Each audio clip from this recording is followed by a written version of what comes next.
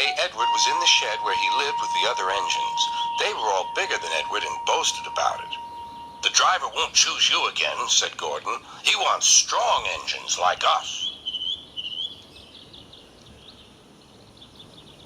But the driver and fireman felt sorry for Edward. "Would you like to come out today?" "Oh, yes, please," said Edward. So they lit his fire, made lots of steam, and Edward puffed away.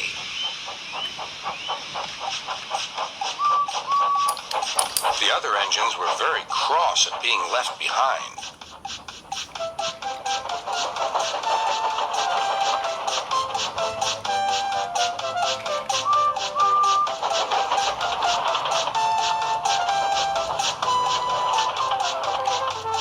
Edward worked hard all day. The coaches thought he was very kind, and the driver was very pleased.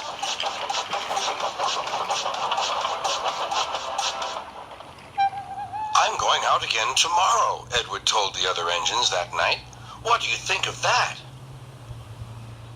But he didn't hear what they thought, for he was so tired and happy that he fell asleep at once. Next morning, Edward woke up to find nothing had changed. Gordon was still boasting. "You watch me, little Edward, as I rush through with the express. That will be a splendid sight for you. Goodbye, little Edward. Look out for me this afternoon."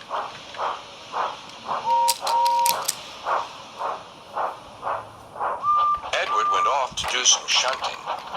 He liked shunting. It was fun playing with freight cars. He would come up quietly and give them a push.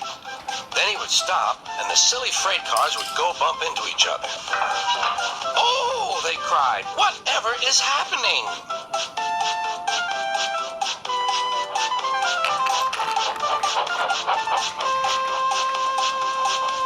Edward played till there were no more freight cars. Then he stopped to rest. Presently, he heard a whistle. Gordon was cross. Instead of nice shining coaches, he was pulling a dirty freight train. "A freight train, a freight train, a freight train," he grumbled. "The shame of it, the shame of it, oh, the shame of it." Edward laughed and went to find some more freight cars. Then there was trouble. "Gordon can't get up the hill," the porter called to Edward's driver. "Will you take Edward and push him, please?" They found Gordon halfway up and very cross. His driver and fireman were talking to him severely. "You're not trying." "I can't do it," said Gordon. "The noisy freight cars hold an engine back so."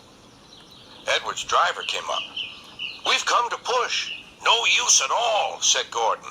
"You wait and see," replied Edward's driver. They brought the train back to the bottom of the hill.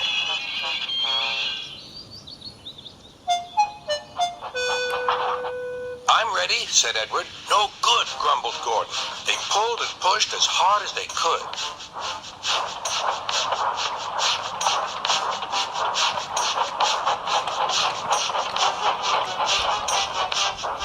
"I can't do it! I can't do it!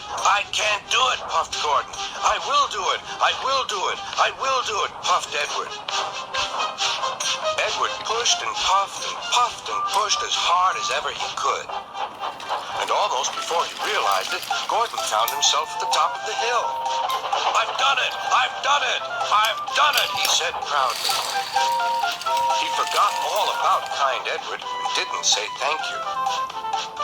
Edward was left out of breath and far behind, but he was happy because he had been so helpful. At the next station, he found that the driver and fireman were very pleased with him. The fireman gave him a nice long drink, and the driver said, "I'll get out my paint tomorrow and give you a beautiful coat of blue with red stripes. Then you'll be the smartest engine in the shed."